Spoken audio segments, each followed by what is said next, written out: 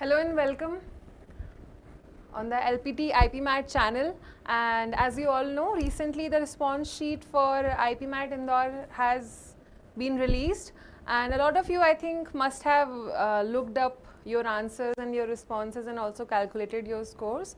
So today I've brought to you the solution of the VARC section.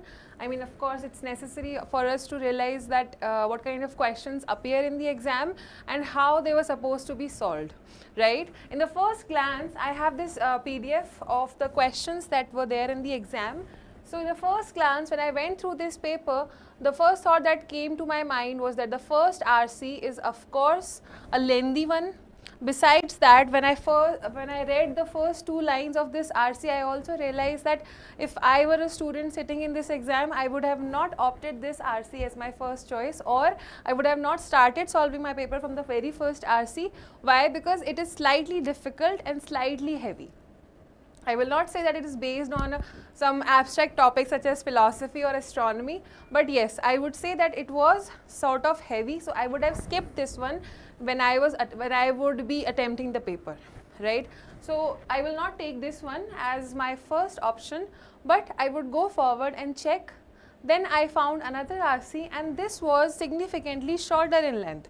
Like, this is my first criteria, if it is shorter in length. And then I read first two lines and I realized that okay, somewhat it is attemptable. Why? Because it is there, like the terms are very much relatable and it is based on internet and algorithms. So I think I can go ahead with this one. So if I were a student like you, I would have attempted this one first. Why? Attempting first RC is extremely important because it gives you the confidence. If you are somehow faltering in the very first question or very first few questions themselves, then it means that you will lose your confidence down the line. So instead, we should be focused more on attempting something that raises our confidence, right? So that is why I would have attempted this one as my first attempt in the paper. Then when I would have completed that, I would have been I would have gone forward to complete these fill in the blanks questions, because fill in the blanks questions almost always give you a scope for redemption, right? Even if you feel that something is not going right with your attempt or your paper, you can always redeem yourself by going to the fill in the blank section, because somewhere or the other you will find a hint where you can solve the paper and just get back in the game, right? But as a teacher, it's my job to solve the entire paper, so I will start with the first RC only. Okay, right. So this is our first RC. It has it talks about how animals communicate. Okay, they do not speak, they do not do any actions as such, but how well they can communicate it has been underlined very frequently in this RC. It talks about these two dogs, Pug and Jip. Okay, belong to the family where I spent summer vacation. Okay, right. So there are certain difficult words in this passage, something like forage, okay, and then there is romping. All of these words are related to animals only. So I read this RC. I want all of you to take a moment and read this RC with me, okay? I'm going to read it again, and then you can also understand the questions that I'm going to analyze. Who has not often observed two dogs, members of the same household, communicating with each other? Pug and Jip were two animals that belonged to the family where I spent a summer vacation. They thought much of each other when romping together in the yard or in foraging the neighborhood woods. Romping is when animals are walking through a yard or a field or a garden based area and they are just crushing everything that comes in their way. That is romping. Foraging is when you are trying to find something in the pile of trash and the pile of useless things. So you're essentially trying to redeem something or find something in that pile, right? That is foraging. Neighborhood woods and fields for rabbits and groundhogs. Never would they start out on an expedition for game without having previously laid their plans.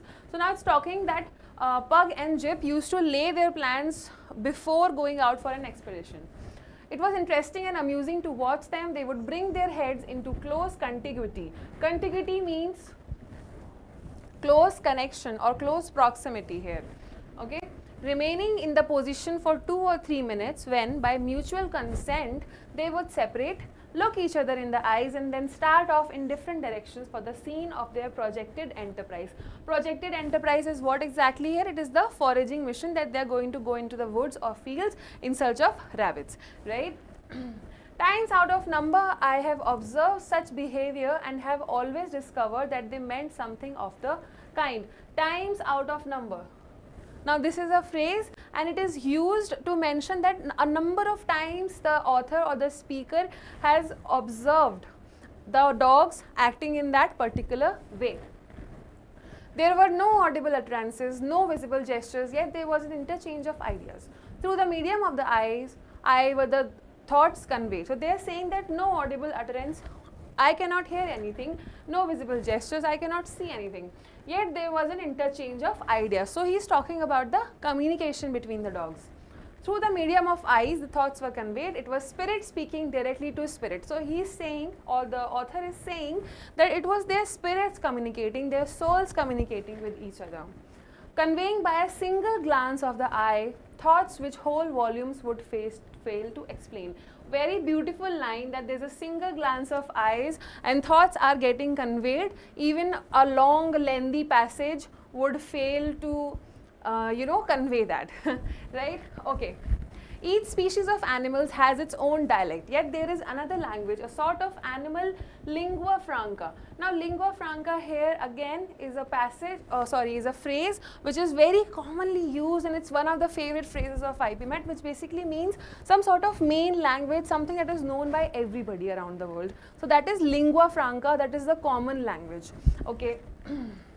Which is common to all, as it is mentioned here, which is common to all. A cry of warning, no matter from what bird or animal it emanates. Emanates means something that is projected out, okay. It usually is used for fragrances, but here it is used for a sound, which is also a possible usage for the word emanates. It is understood by them all, as is well known to many a sportsman who has lost his only chance of a shot by reason of an impertinent crow, jay or magpie, which has espied him and given its cry of alarm. So here an example is given that if there is a cry of help from an animal, and if a sports person listens to that cry, then the animal cried because the animal felt some sort of alarm or some sort of danger, but the sports person got distracted and missed their shot. There is not a bird of garden or orchard or a fowl of the barnyard or doorstep that does not understand the peculiar cry of the rooster when a hawk is seen careering overhead or perched upon the summit of a nearby tree. With one accord, they flee to their coverts and there remain until the danger is past. So now these two lines are conveying that no matter what kind of bird it is, even if it's a barnyard bird or a city bird, they will understand the cry for help and go into a safe place until the danger has passed, right?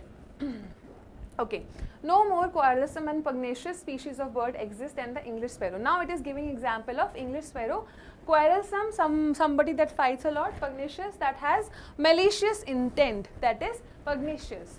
It appropriates every available locality for nesting purposes, and our native species are driven to the necessity of fighting for their rights or of seeking quarters in the rural districts, which these birds do not infect. So they are telling about English sparrow, which acts like a parasite, that they have encroached upon all the available areas for nesting, and our native species has resorted to just move to the rural spaces where English sparrow does not come. Thus it is that many a useful robin, bluebird or martin is driven from our midst. Many have witnessed encounters between these birds and the robins. The author once saw a contest between a pair of sparrows and a pair of robins for the possession of a certain tree that grew in his yard. Now the robin single-handed is more than a match for a sparrow. Now here's a match between the robin and the sparrow, and the author has witnessed this for a tree in their yard, right? In the engagement referred to, the robins were getting the better of the sparrows. Getting the better means the robins were beating the sparrows in the fight or the match, whatever that is happening here. Getting the better of something means that you are winning over that particular thing, which the latter were not slow in perceiving. Latter were not slow in perceiving, that means Sparrows realized it very soon. Instantly, the sparrows set up the wild, ear-piercing harangue, for which they are peculiarly noted. Harangue or harangue basically means that the sound or the ruckus that the birds cause in order to seek attention from their, other mates or other kin, right? When more than a score of friends from the immediate vicinity gathered to their assistance. But the war cry which they sounded not only summoned help to their standard, but it was equally understood by all the other birds of the neighborhood who flocked to the defense of their brethren against the alien. See, what happened that they cried for help and they wanted their family to come and rescue them, but instead what happens that yes, their family came, but all the other birds also came that that were friends of the robin, and they were like together in the fight against this alien, which is the sparrow, right? Okay. Then moving forward, the battle waged warm and fiercely for some minutes when the sparrows were forced to seek safety in retreat. So what happened that everybody was, having a match, and finally the sparrow had to retreat. So this whole passage is talking about how animals can communicate, right? The whole passage is talking about, in the beginning it said that the animals were communicating through spirit or through unintelligible clues, but now they have moved to the cries of the birds, that how cries of the birds affect all the birds, no matter where they live or no matter what breed they are, right? So that was the whole meaning of the passage. Okay, I'm also getting some comments right now.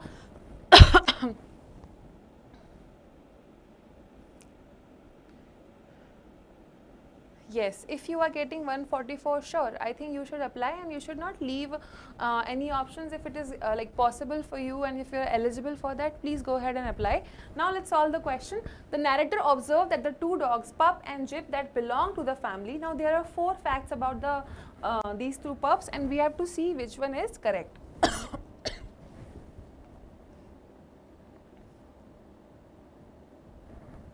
See, I would have gone for option number 2, which says romped and foraged together in the yard. It is mentioning, but it is quite narrow, right? The entire passage or the first paragraph focuses on how they spent their life together, and that's why played with each other and hunted together would be the right answer. Okay, I think these option number 2 and 4 are enough to confuse the student, but usually in reading comprehensions we go with the broader sense and not with the narrow sense, right?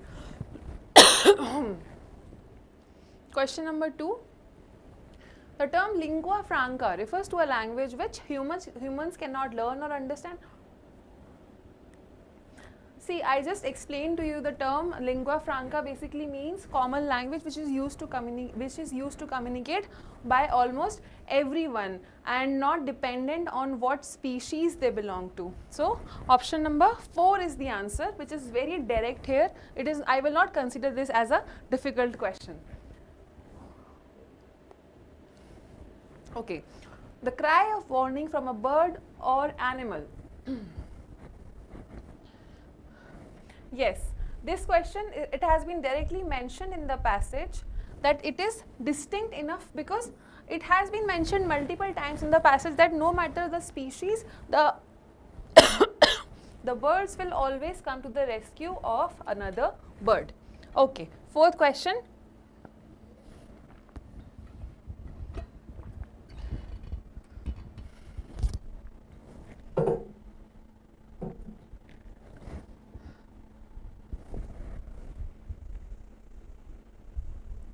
Yes, it is saying that the dogs communicated through spirit to spirit, so it should be understanding beyond words and sound. The author mentioned it also that he did not see any visible clues of them communicating, neither did he hear any sounds. Okay. The war between the robins and sparrows ended when the robins, who were getting the better of the 2 parties, also got help from the several other birds.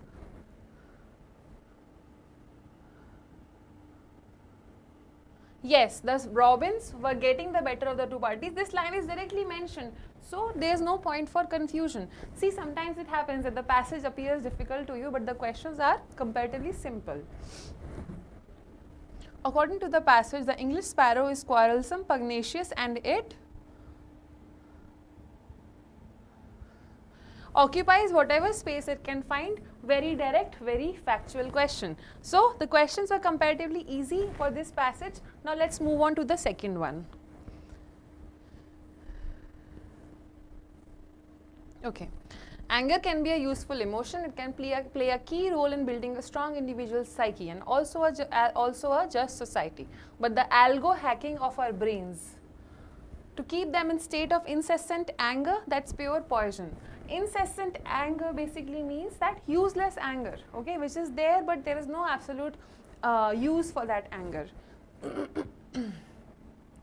Some companies and individuals draw colossal profits from it, but at terrible cost to general well-being. The rage bait has been declared Oxford Dictionary's word of 2025 is indicative of the spread of this poison. See, basically, the first few lines are saying that some people are benefiting from the general anger that people are holding in themselves these days. And even though those companies are profiting off that anger, it is not healthy for the general well-being, right? And there's an example of that this word, rage bait. Rage bait has been declared as Oxford English Dictionary's word of 2025. In 2024, it was brain rot. Again in 2024, this word or the Oxford word of the dictionary word 2024 was brain rot that came on top. Both speak of the same diseased online ecosystem. All of this is bad enough for adults, but what it's doing to children is a great nightmare. So yes, you can all agree upon that the online world is creating a sort of rage or sort of the separate world for the people, and it is saying that it is doing a lot of harm for adults and we cannot even think what it is doing to the children. Specifically, rage bait refers to online content designed to elicit anger or outrage. Once tech platforms figured out this kind of content spirals user engagement, the algorithm got tweaked to feed us more and more of the same, activating a diabolical incentive structure of hate. Diabolical is something extremely evil. Incentive structure means that you are getting something in return of making people angry.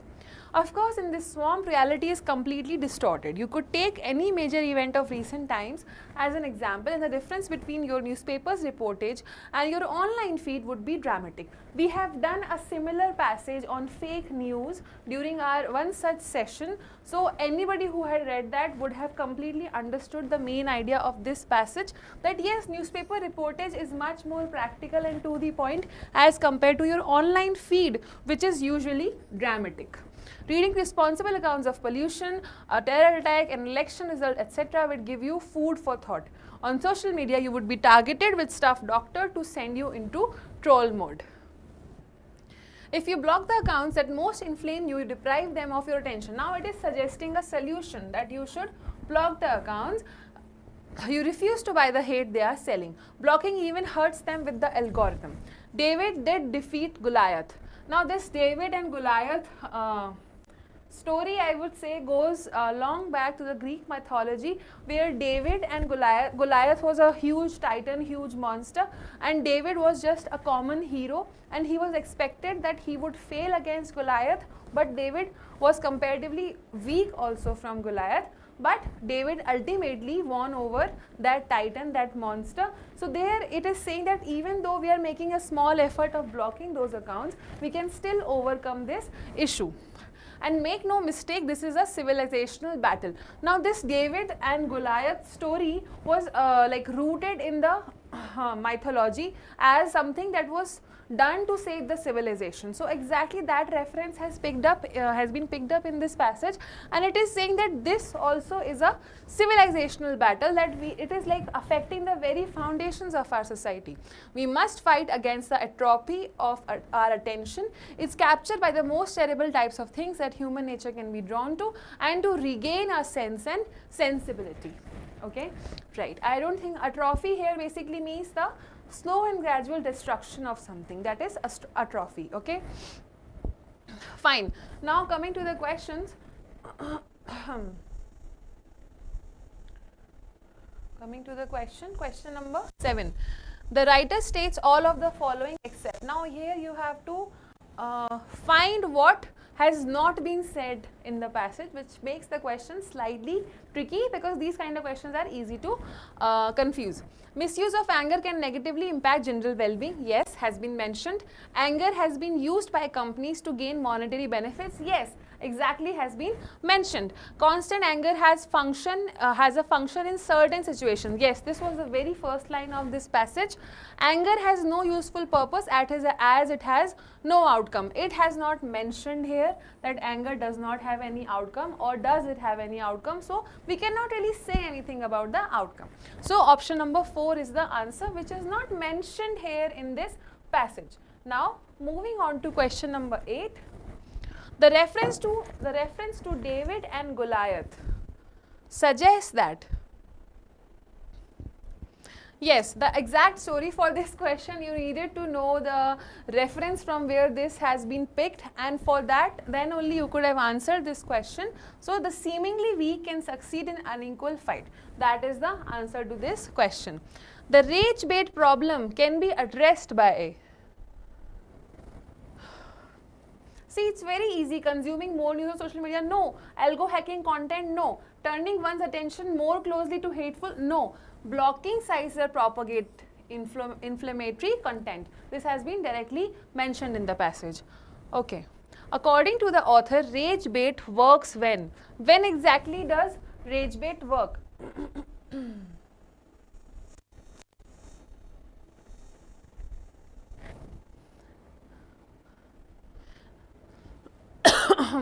See, here it is constructive social change, here it is reading responsible accounts, here it is users actively chase new, that confirms, it is putting the onus on the user themselves.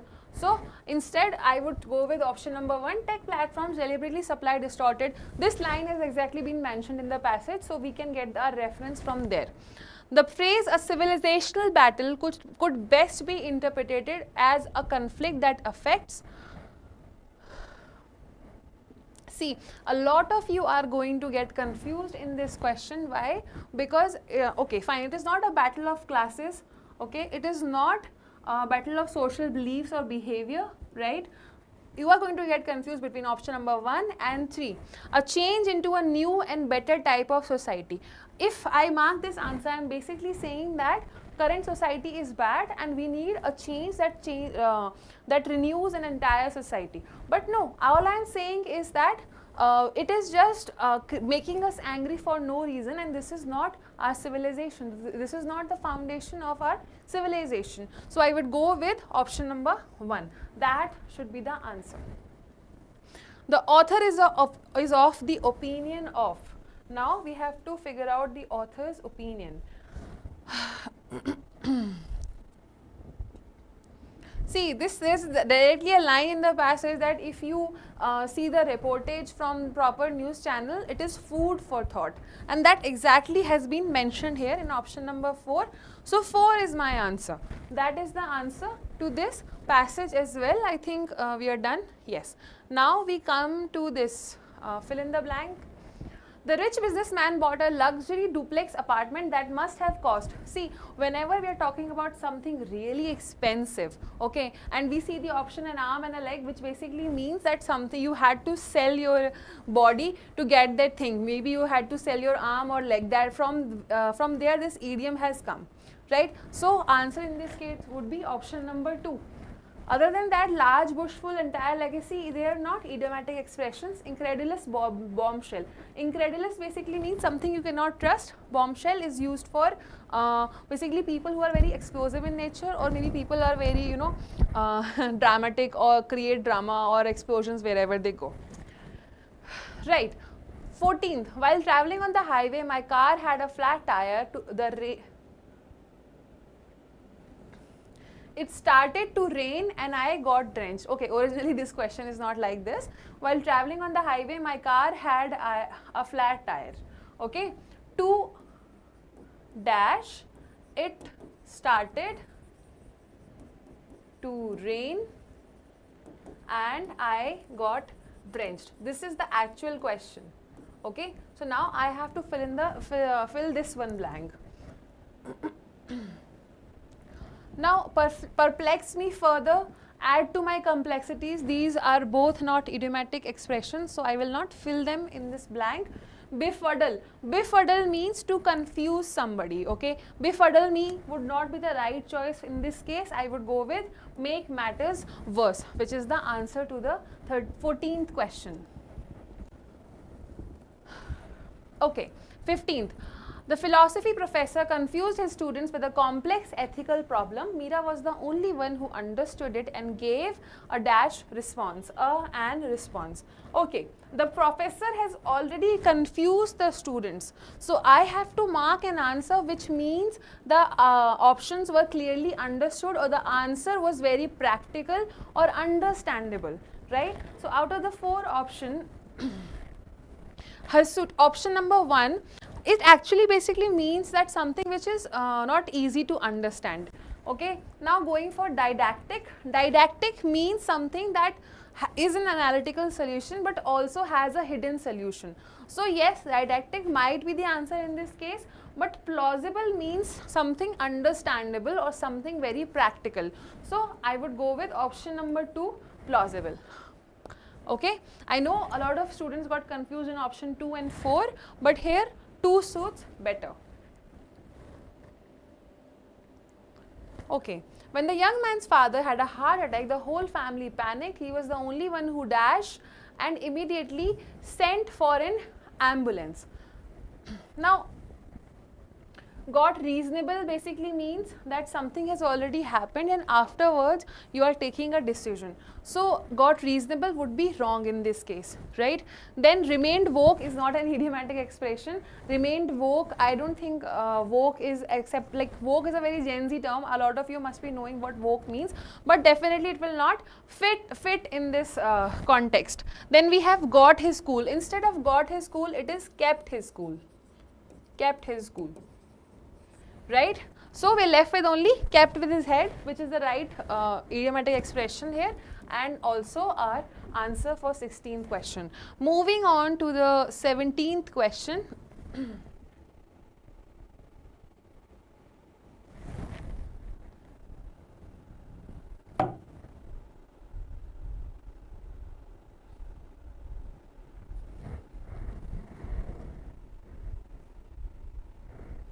Okay. Moving on to the 17th question, this is sort of a new type of question. It appears to be a sentence correction kind of question, but it is actually a vocabulary question, right? The journal published, sorry, my roommate either hosts or attends parties every other day. So if somebody is constantly hosting parties or attending parties, that basically means that they are a very sociable person or they have an extensive social life. And out of all of these words, I also have to mention that these 2 words we had already done through our classes and I had already made the meaning clear to my students. So I hope that all of the students that have like taken my classes out there, they have marked the answer as correct. Now gregarious is a person that likes to stay in a group, because root greg basically means a group. So gregarious is a person that likes to stay in a group, that means they're a social person. And then we have garrulous. Garrulous is a person that keeps on talking and talking and talking, and it is like useless talking, okay. So garrulous will not be the answer here, the answer would be gregarious. We know what is the meaning to gracious, we know what is the meaning to egregious. Here the answer is option number 1. Going on to the question number 18. Okay, the journal published unverified details about the company's lack of business. It is very easy here. The journal published unverified unverified details without any verification, and it was about company's lack of business. So here calamitous means something that brings calamity or disaster. Careless might be the answer here because the details were unverified, but I also have a better looking option, which is calumnious. That means that brings defames something, which is defamatory, that is calumnious. Okay, so instead of careless, I would go with calumnious. And I also have to mention here that callous and calamitous I had discussed in the class. Callous also means insensitive here, so callous will not fit in the context. So option 1 is my answer. Okay, 19th. We had tried so hard to keep Maya's birthday party a surprise, but at the last minute, someone let the cat out of the dog basically means to reveal a secret. Okay, so that is my answer. All of the others are not idiomatic expressions. Okay, going to the question number 20.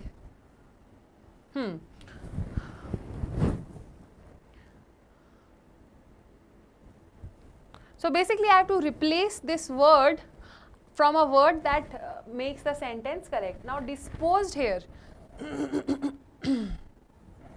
Disposed here basically means that somebody is unable to do their duty because of the factors beyond their control, right? So disposed will not come here because judge is doing it willingly. The judge has disposed himself from the case because of his prior association with the company. Fine. Recanted basically means that you have taking your statement back, taking back what you said, right? Refrained is when you stop yourself from commenting on something or doing something. Recouped. Recouped is when you get back to the original place or when you get back to recover something, that is recouped. Recused here would be the right answer. Recused here would be the right answer, like when you excuse yourself or when you move aside from something, that is recused. Okay. 21. Don't get mad at me. I did not invite 1,000 people to our wedding. All I did was creating a link and sended it. See, in this sentence, already the second form has been used. All I did. So did is present, so with did we use the base form of the verb, okay, and not any other form, just the base form. And the base form for create is creating is create a link and send it. So both the base form of create and send will come in this question, and that is our answer.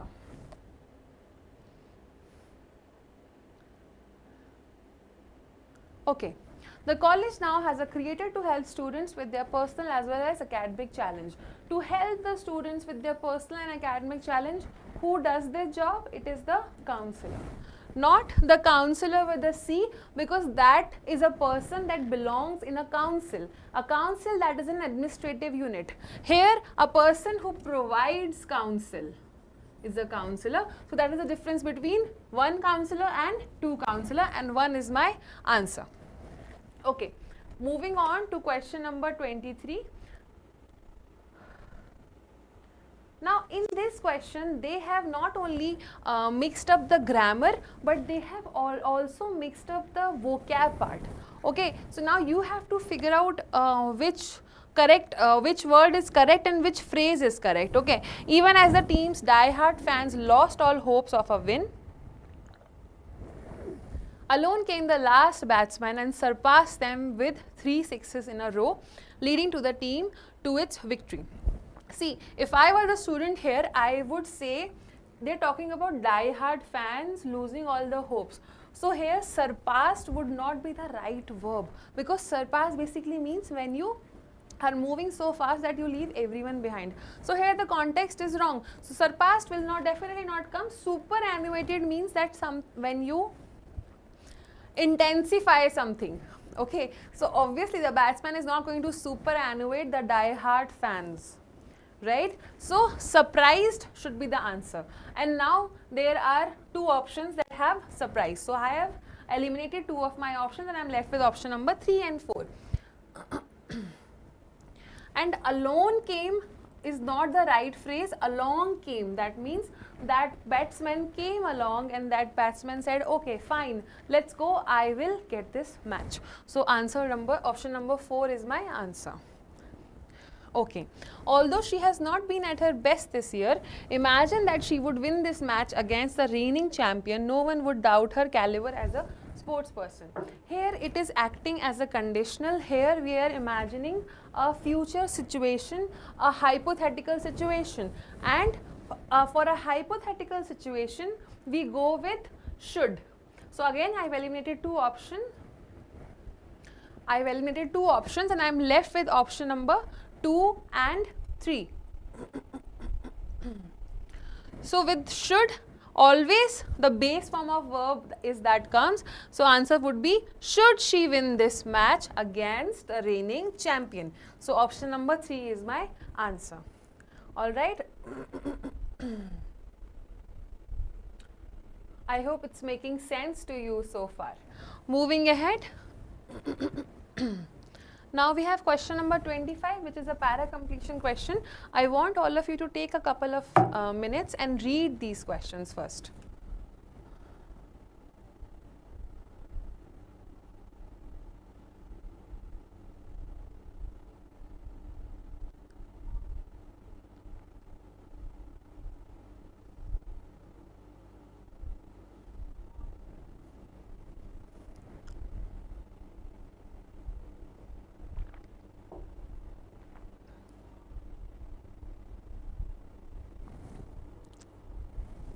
Okay, question number 25 is a para completion question.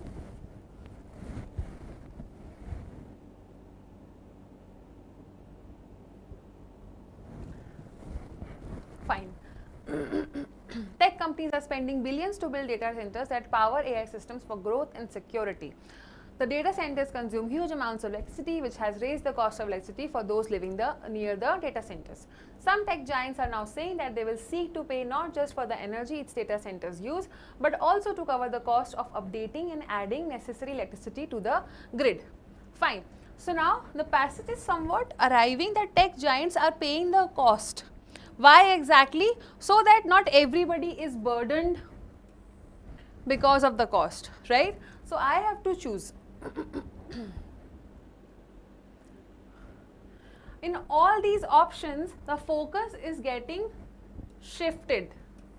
The focus is getting shifted and the tone, sorry, not the tone, but the flow of the passage will get disturbed.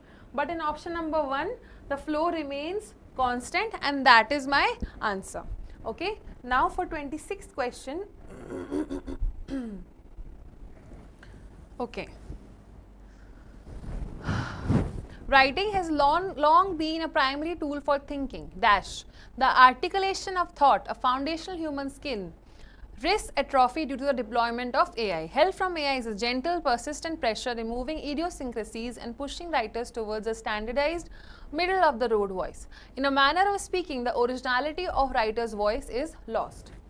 Hence, the unique signature of the writer is eroded by an algorithm. Idiosyncrasies basically means a person's unique ability, a person's personal ability to give their own inputs to things or to give their own unique touch to things. That is idiosyncrasies. For the answer in this question,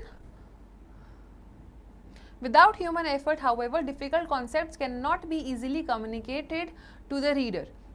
Okay, if I move with human effort, again the flow is broken and focus is shifting on something else. When the process is delegated to the outside agency. Now this sounds more like, I would say, a summary to this paragraph. So no, not this option. Thinking is a process expressed best by smooth, frictionless prose assisted by AI. This will change the tone because we are disliking AI in this passage, but this is praising AI. So this will change the tone, so I will not take this option. I am left with option number 2. For writers, the help provided by AI is essential for formation of lucid thoughts. It's talking about formation of lucid thoughts. In the next blank, articulation of thought.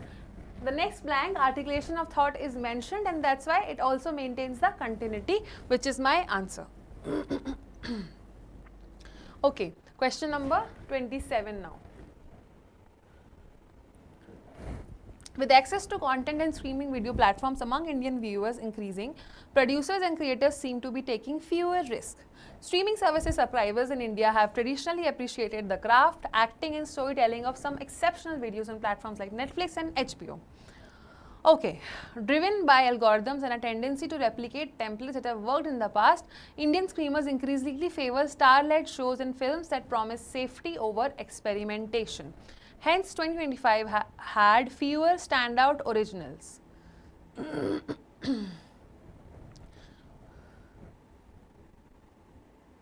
See, option number 2 and 3 both are shifting the focus on smartphones. Okay, but the passage talks about streaming platforms and the content that they are publishing. So no, I will not take option number 2 or 3.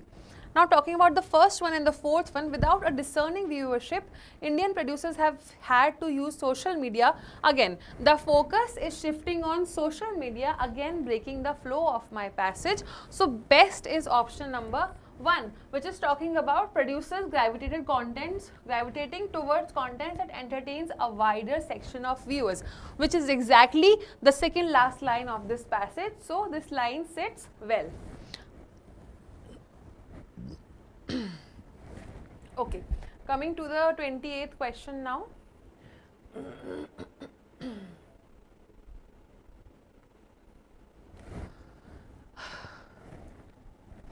Till recently, weight loss drugs have been an elite privilege, creating a class system among those battling obesity and diabetes and setting new aspirational benchmarks for a healthy life. Manufacturers have now lowered their prices to tap into a booming health-conscious market in India, despite repeated clarification that the efficacy of the drug is codependent on diet, lifestyle correctness, fitness routines, and most importantly, baseline fitness and health. The drug is seen as a manna from heaven. Okay, dash. This leads to the individual surrendering to a false sense of well-being. Okay, so now the focus is gently shifted on the drugs. So we'll see which option suits best.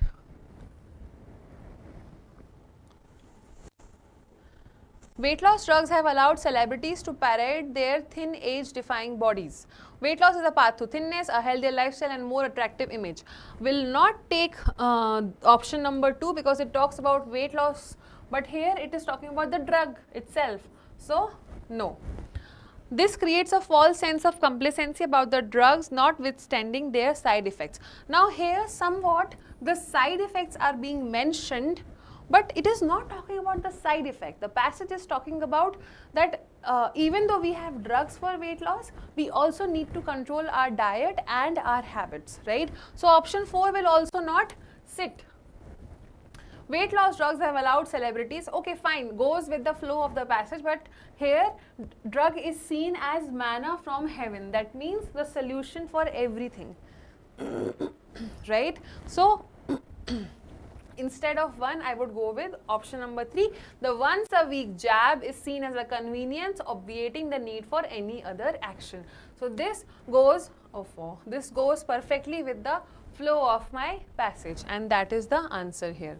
Okay, now question number 29, fill in the blanks with proper words. These type of questions are my favorite type of questions because usually a lot of options get eliminated in these kind of questions. So let us see if the elimination approach works here, or if I were a student, how I would have dealt with these questions in the examination room.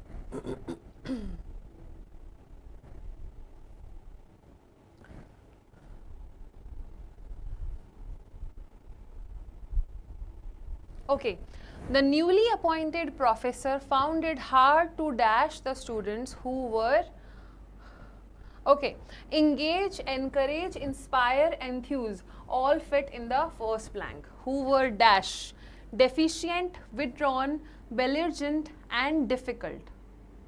See, deficient means when you are lacking into something, and the context here would not be does not allow us to define the students as deficient. Similarly, belligerent is somebody who is eager to argue or fight. So again, I will not take belligerent as my answer.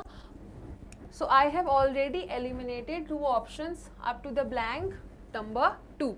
Going forward, and dash to the topics discussed during lectures. Okay. To the topic, undisciplined can be used to describe the students, but the reference is that they are talking about the topics that were being mentioned to them. So instead of undisciplined, I would go with indifferent, and again I eliminate option number 4, and answer is right before my eyes. As I told you, it is very easy to eliminate options in these kind of questions. Okay, some philosophers have used a dash of bees as transparent metaphor for modern dash. Okay, metaphor is being discussed, dash of bees. See, conglomeration is usually used for I would say a collection of non-living things. So conglomerate I will not use here. Then congregation is used for human beings getting, you know, collecting or getting together at a place with a proper purpose in mind. So congregation will also not fit here. So as always, I have eliminated two options in the first blank itself. Collection of bees as a transparent metaphor for modern socialism or modern societies. In the hive, they argue each bee works for its own personal gain, every profession has its own vulnerabilities, and everyone, of course, admits the passion of others would not be the right one. So again, option 1 is eliminated and 3 is my answer. Okay, I hope it's making sense. Those who have joined can tell me that if it's making sense to them or not. Okay, going on to the 31st question. Even as technology threatens to alter medicine dash, okay, technology threatens to alter medicine, to alter something invaluably and incredibly. Incredible is something that is so great that you cannot even, you know, believe how great it is. And similarly, invaluably is something that does not have any value in terms of money, but it is like it cannot be exchanged for money, it is that great. That is invaluable. So these two words will not go with threaten for sure. So first and third I have already eliminated. Doctors work with the conviction that they are dash in matters of prognosis and treatment. Dash in matters, they are dash, that means we need an adjective here.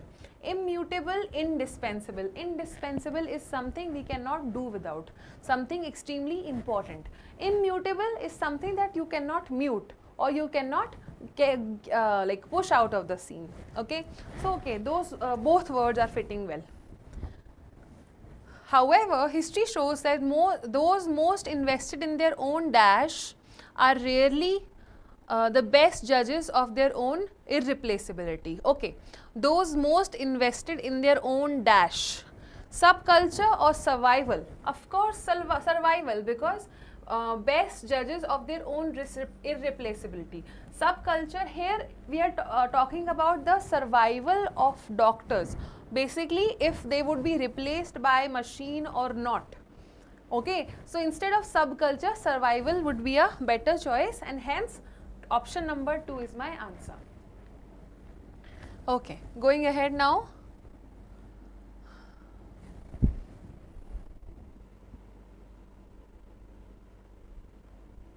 Question number 32. A useful definition for anger can be found in Aristotle, which is also the starting point for an established Western habit, tradition, culture, philosophy. See, it is understood that Western habit is not a phrase. It could be Western tradition, culture or philosophy, but definitely not habit, because habit belongs to an individual person, okay, not the entire Western society. Okay, fine. So I will eliminated option number 3 here. Here anger is a response to dash damage. Universal damage, significant damage or consequential damage to something that someone cares about. Now universal damage is a wrong phrase because it is saying to something or someone one cares about. That means it is very specific. So definitely universal will not be the right word here. Okay. And a damage that the angry person believes to have been inflicted unsuspectingly or wrongfully. So here If I choose unsuspectingly, I basically means that the angry person did not know that their actions will bring damage. But that is not the case here. It is explaining that they have an intent to harm. So unsuspectingly would be wrong and answer would be option number 1. Okay, let's go ahead. Question number 33rd.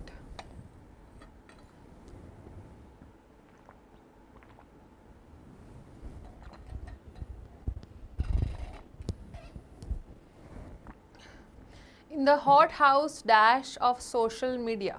See, hothouse basically means a closed space where a lot of I would say excitement is going on. So hothouse here is talking about a closed space and not exactly excitement. Hothouse itself means excitement or excited place. So excitement will not be the answer. Similarly, climate refers to the weather conditions of a particular place. So in this context, atmosphere would suit the best, I would say, not even madness. We are left with option number 2 as our answer. See, in the first blank only I could eliminate all the options, but still I would read the entire line for your own satisfaction. You are filled with envy when you scroll through photos of exotic locations. Destinations would have worked, vacations would have worked, but not vistas. Okay. And gleaming houses, but you reassure yourself that only embarrassing people? No. Overachieving?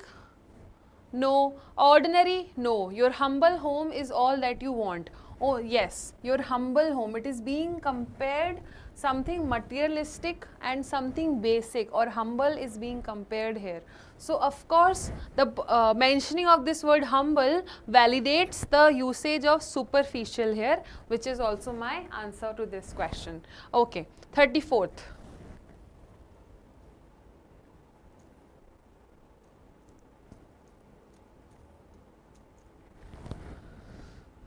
The dash of the uneducated masses can be described as a dash phase, faith. Okay.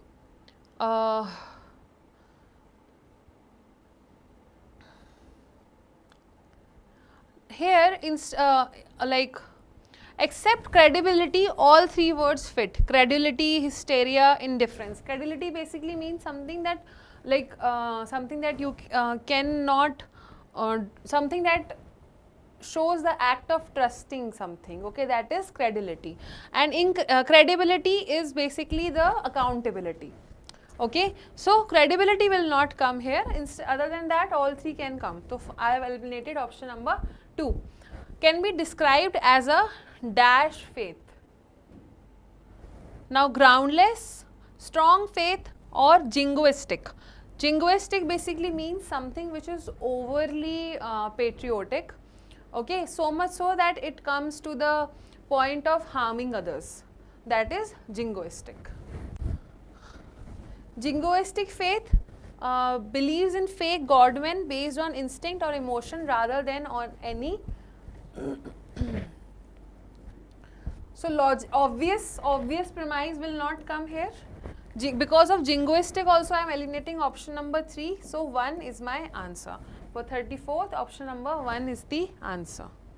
Okay, now we have this transcription passage here.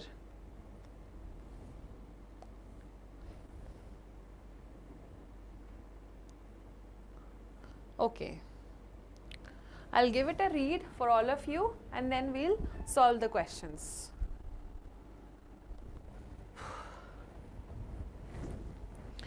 We often think of ancient Egypt as a product of divine kingship, but you argue it was a product of logical necessity.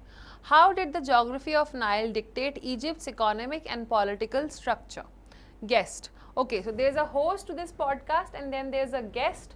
Host has asked a question to the guest and the guest is now answering. The Nile is a unique geographical corridor. I hope all of you are aware of the river Nile. Unlike the Mesopotamian rivers, which were unpredictable, the Nile flooded with remarkable regularity. This created a specific if-then logic for administration. If the flood reached X height, you would have an abundance of grain. If it reached Y, you faced famine and so forth. This correlation between the flood level and the agrarian yield enabled the first high-level systemic inferencing in history. A Nilometer was used to measure the Nile's water levels and helped officials forecast harvest quality, anticipate famine or abundance, and calculate tax levies based on the flood height, often considered ideal at 16 cubits. Host, you also stated that the geography and the geometry created a centralized logic gate in the operation of the state. Am I correct? Guessed. Exactly. Because the Nile is a single linear artery, whoever controlled the river controlled all transport and communication. In a forest or a vast plain, a rebellious group might hide or move. In the Nile Valley, there is nowhere to go but the desert. This geographical confinement gave the government immense agency. They could tax with 100% efficiency because they knew exactly how much land was fertile each year based on flood levels. Furthermore, the need to resurvey land after the silt covered the boundaries every year forced the development of geometry. Geometry wasn't just abstract math, it was a practical tool for efficient governance. The fit between geography, geometry and governance was so tight that the Egyptian state remained fundamentally stable for 3000 years, an endurance record no modern business or nation has ever approached. So now the guest is talking about how the river Nile was used to control the taxes, to predict the growth of food grain, to help with governance, and how just because the presence of river Nile gave rise to the evolution of geometry in the area, basically how the Egyptian empire survived for 3000 years, just like even if it was in a desert but supported by the river Nile. Okay, right. Now let's answer questions based on this passage. Okay. If the Nilometer reading in a given year was significantly lower than that of the previous year, what logical conclusion would the Egyptian bureaucracy arrive at? Okay. They should immediately increase the volume of grain. See, this is a sort of inference based question that the reading of Nilometer is lower than the previous year, which basically shows that the grain production would be very low. So what exactly would you do if the grain production is low? They should immediately increase the volume of grain exports? No, they cannot send grain exports out of the country. The quantum of arable land would remain unchanged that year. Arable land is the land in which you can do agriculture. Okay, that is arable land. So the amount of arable land will not remain constant, it will be reduced that year. So no, not option number 2. Tax revenues for the coming year would likely increase. No, if there is no growth, how would you tax people? The tax was also decided because of the Nilometer. So option number 4 is the answer. Food reserves would need to be managed strictly to prevent famine. Why? Because there is low growth of food, so we need to manage our food reserves. Okay, 36th. The term agency with respect to the government refers to agency. Where was it mentioned?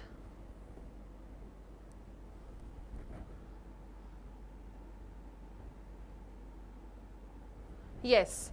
This geographical confinement gave the government immense agency. Agency basically here means that the government has the capacity to control and govern the entire area.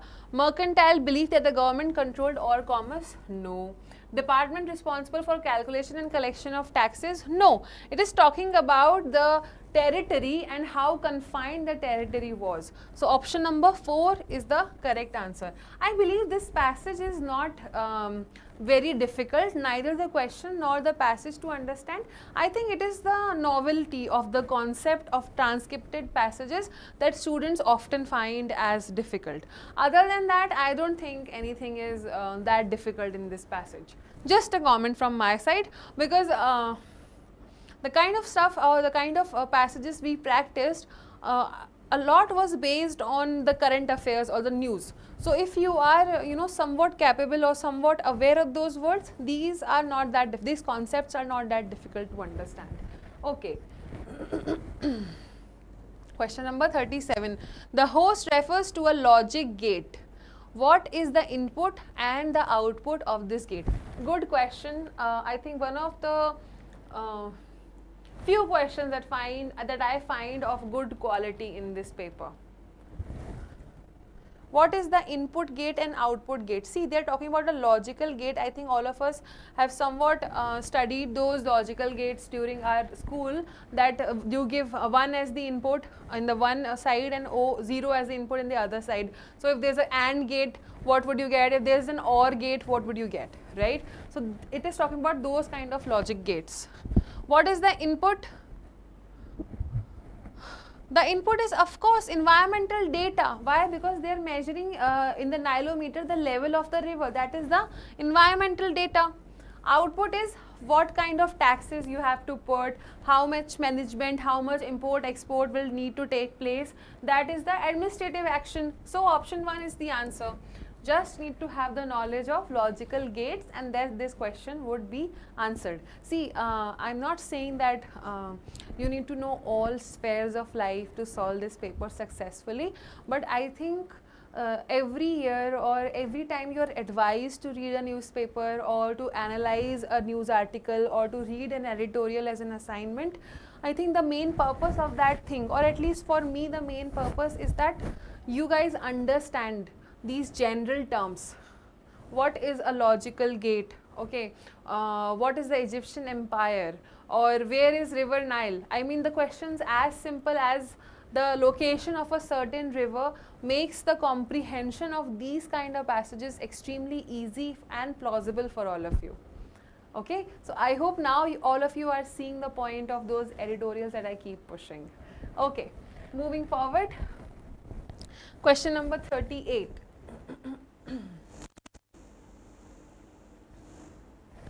In the conversation, what does the term linear artery imply about Nile's role in Egypt? It was the perennial source of water for most citizens. It was a corpuscular thread that ran from north to south of the country. It served as a singular vital channel. It was a complex network of, it meant linear artery. That means one single line. So it cannot be a complex network of hundreds of small aortic streams. No. Then corpuscular thread. Corpuscular thread is something that carries a huge amount of, I would say, water or blood or huge amount of substance or something that needs to be transferred through itself, running from north to the south of the country. Nothing about the direction has been said. So I will reject option number 2. Perennial source of water might be, but again nothing regarding this has also been mentioned. It served as a singular vital channel for all movement and survival in the region. This is exactly line by line has been mentioned in the passage. What was the primary purpose of the nilometer? They are talking about the primary purpose. Be very careful. To calculate distances? No. To measure riverine levels to predict agriculture yields? Yes. To track the speed of trade ships? No. To measure the consumption of water by the? No. Very easy. I thought the options would be slightly tricky, so that's why the question might be a good one, but extremely easy. Okay. 40th question. Why was the geographical confinement beneficial to the central Egyptian government? It restricted the population to a narrow, observable corridor, facilitating administrative oversight of the movement and resources. It allowed for the easy expansion of Egyptian state into landlocked territories. No.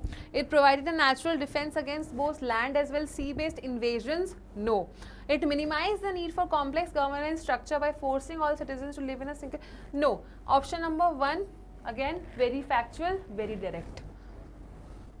41. Okay, finally we have arrived everyone's favorite section, which is your para jumbles. Okay, let me take a breath and then we'll continue these questions. I am reading the question as I am taking a breath. Okay. Question number 41 is in front of me.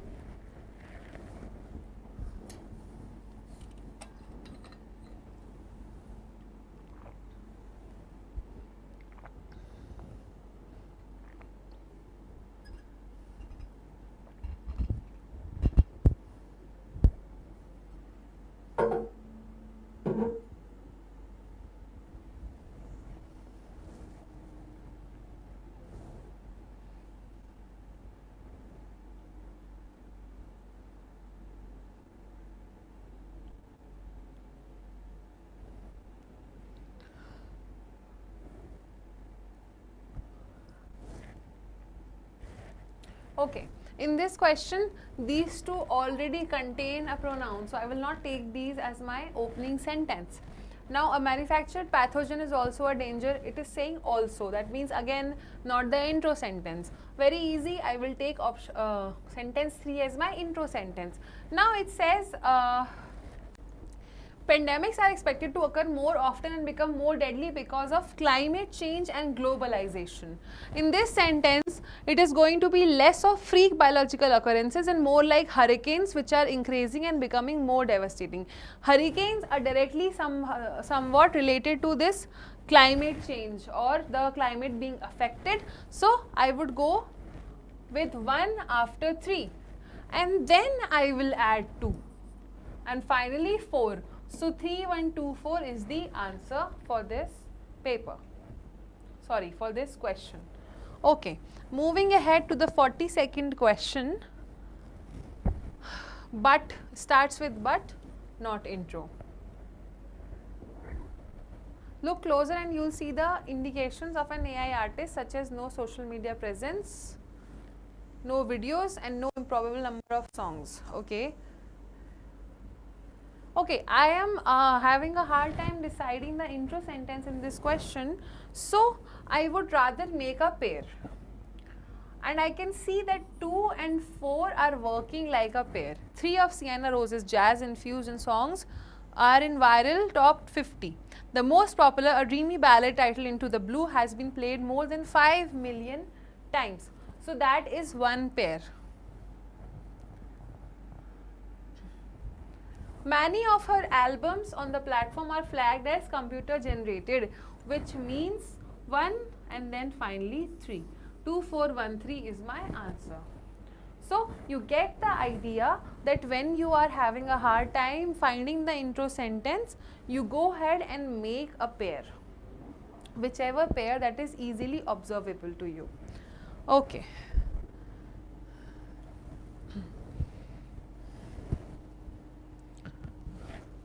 Fine. Question number 43rd.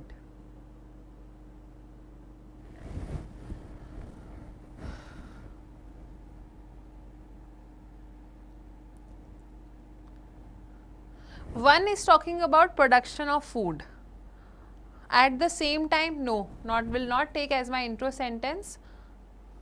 Again, this is also talking about production of food, but this is talking about growth of world population, because more and more food and other items of consumptions became available. So, 4 will be my intro sentence. Fine. Okay.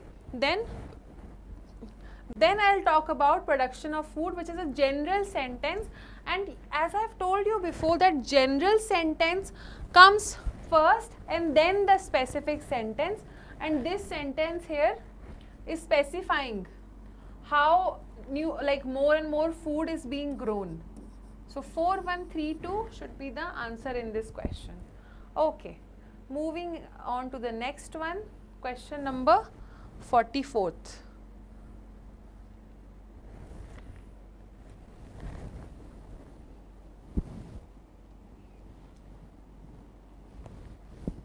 Okay, like any normal student, I would have gone with sentence number 1 as my intro sentence in this question, but what I observed here, that China's birth rates fell for the 4th consecutive year and sunk to a record low. A general statement and finally a specific statement. So, 3 will come here first. Okay. Despite the government rolling out a spate of incentives to boost it, the country's birth rate. So, this is talking about the birth rate. This is a general statement, specific statement. 3, 4. At the same time, why? Because birth and death are often compared to 3, 4, 2 and 1. That is my answer. 3, 4, 2, 1. Yes. 3, 4, 2, 1 is the answer. Okay. Let's go ahead. Final question, question number 45.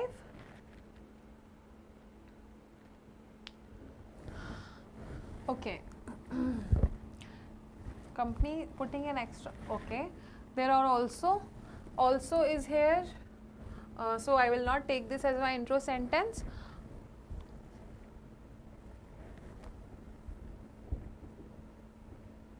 Again, not intro.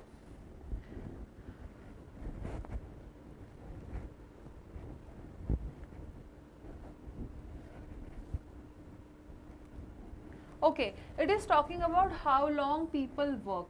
So, I am sure that 3 will come after 1. That is for sure in this question. So, I will go with 1 as my intro sentence.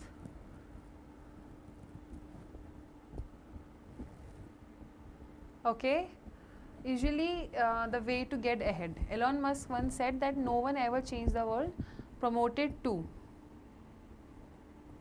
Okay, second says there are also other ways to approach this question. Which question?